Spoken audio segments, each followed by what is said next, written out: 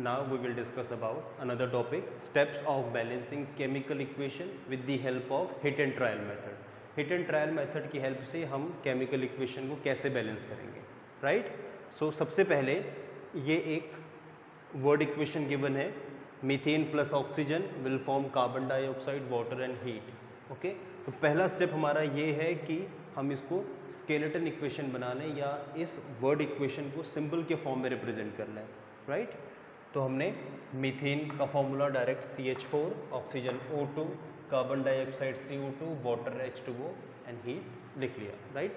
इससे क्या होगा कि इक्वेशन बहुत जल्दी बैलेंस हो जाएगी और यही पहला स्टेप है इक्वेशन को बैलेंस करने का. सेकंड स्टेप है कि आप number of atoms both side equal करें.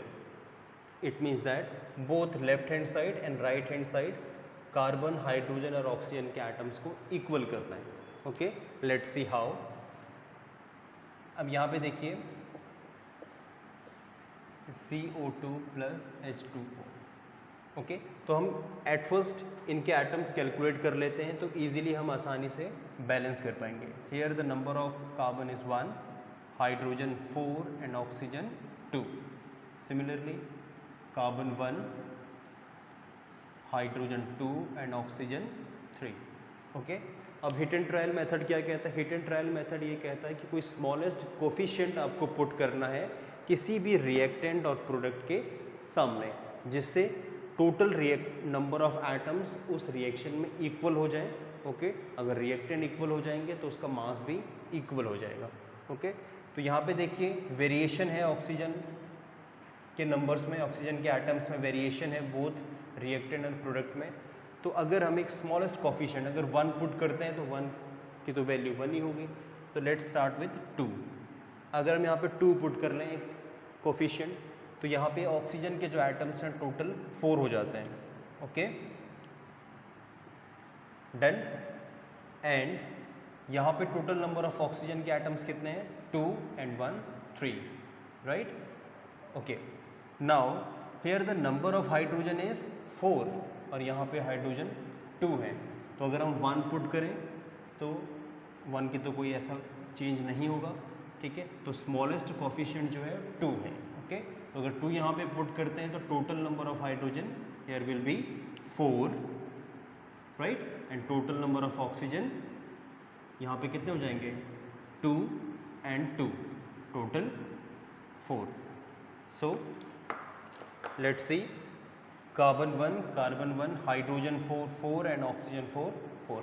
It means that hence reaction balance. Okay, तो अब हम रिएक्शन की करेक्टनेस को भी चेक कर लेते हैं. थर्ड स्टेप ये है कि check the correctness of equation. Okay, check the correctness of equation. Equation की करेक्टनेस को कैसे चेक करेंगे? ओके, हम इसी स्टेप को यहाँ पे एक्सप्लेन कर सकते हैं, ठीक है?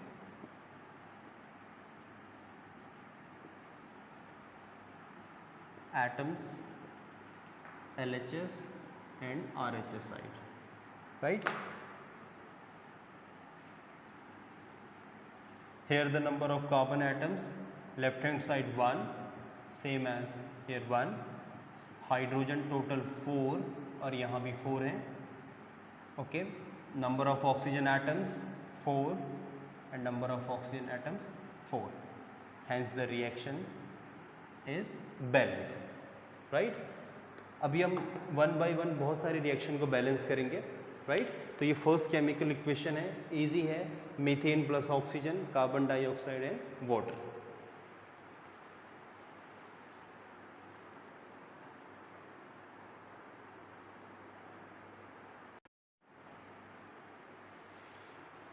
चलिए एक और केमिकल इक्वेशन को बैलेंस करते हैं, राइट? जो है aluminium plus copper chloride will form aluminium chloride plus copper. Okay, अब इस रिएक्शन में कॉपर +2 ऑक्सीडेशन स्टेट में प्रेजेंट है, राइट? ओके, तो ये थोड़ा सा डिफिकल्ट है. Let's see. तो सबसे पहला काम है कि स्केलेटन इक्वेशन बनाना. हम स्केलेटन इक्वेशन बना लेते हैं, aluminium plus copper chloride. Okay, अगर फार्मूला फॉर्मेशन में थोड़ा सा डिफिकल्टी हो तो आप क्रॉस मेथड से फार्मूला बना सकते हैं. राइट, सिंबल प्लस वैलेंसी, जो हम क्लास 9th में पढ़ के आ चुके हैं। Copper Cu and chloride Cl। Copper की वैलेंसी यहाँ पे 2 है, आपको 2 लिखना है, क्लोरीन की 1 होती है, तो जो फॉर्मूला होगा वो होगा CuCl2, राइट। तो हम यहाँ पे CuCl2 इसका chemical formula. Same aluminium chloride AlCl, aluminium की valency 3, chlorine 1, so formula will be AlCl3, okay, plus copper, right. तो स्केलेटन इक्वेशन रेडी है। अब हम नेक्स्ट स्टेप जो है balancing atoms of element both left hand side and right hand side करते हैं। So here we can see the number of aluminium atoms is 1, यहाँ भी 1 है, ठीक है। कॉपर यहाँ पे एल्यूमिनियम 1, कॉपर भी यहाँ पे 1 है, क्लोरीन 2। सिमिलर यहाँ पे एल्यूमिनियम 1, कॉपर भी 1 and chlorine 3, right. So chlorine के नंबर में इम्बैलेंस है, तो एट फर्स्ट हमें क्लोरीन ही बैलेंस करनी है। तो यहाँ पे क्लोरीन 3 और यहाँ पे chlorine 2।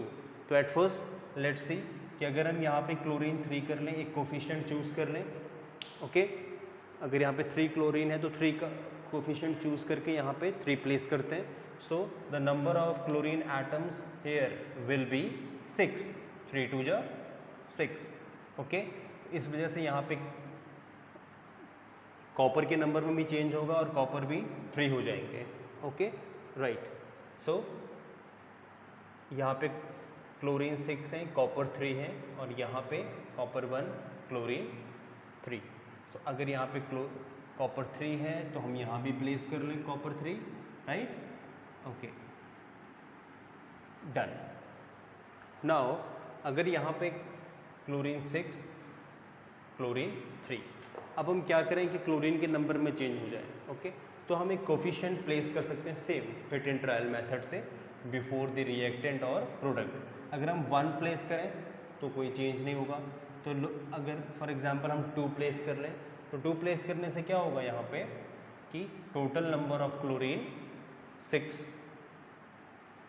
And total number of aluminium will be 2। Coefficient place करने से पहले एक बार ये बात का ध्यान भी रखें कि उस फॉर्मूला का या फिर उस सॉल्ट का जो केमिकल फॉर्मूला है वो ऑल्टर ना हो जाए, ओके।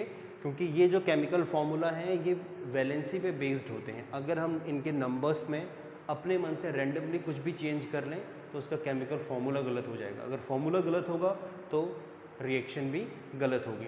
तो मेक श्योर दैट जो फॉर्मूला है उसमें कोई चेंज ना हो। इट मीन्स दैट किसी पर्टिकुलर नंबर के जो एटम्स हैं इनमें चेंज ना करके आप डायरेक्टली अगर कोफिशिएंट में चेंज करें जो रूल कहता है तो रिएक्शन ज़्यादा करेक्ट होगी, राइट।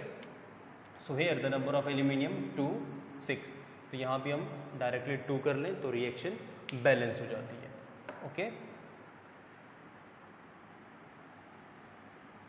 मैंने डायरेक्टली यहीं पे रिएक्शन बैलेंस कर ली है, तो आप उसको यहाँ पे नेक्स्ट स्टेप में लिख लें, नो प्रॉब्लम,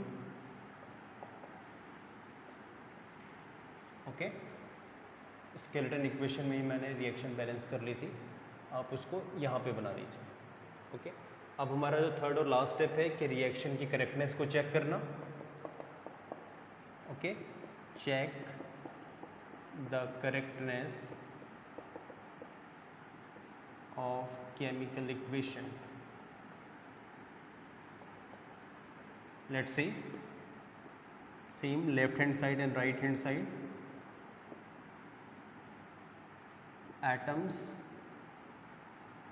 एल्यूमिनियम के, ठीक है, left hand side and right hand side.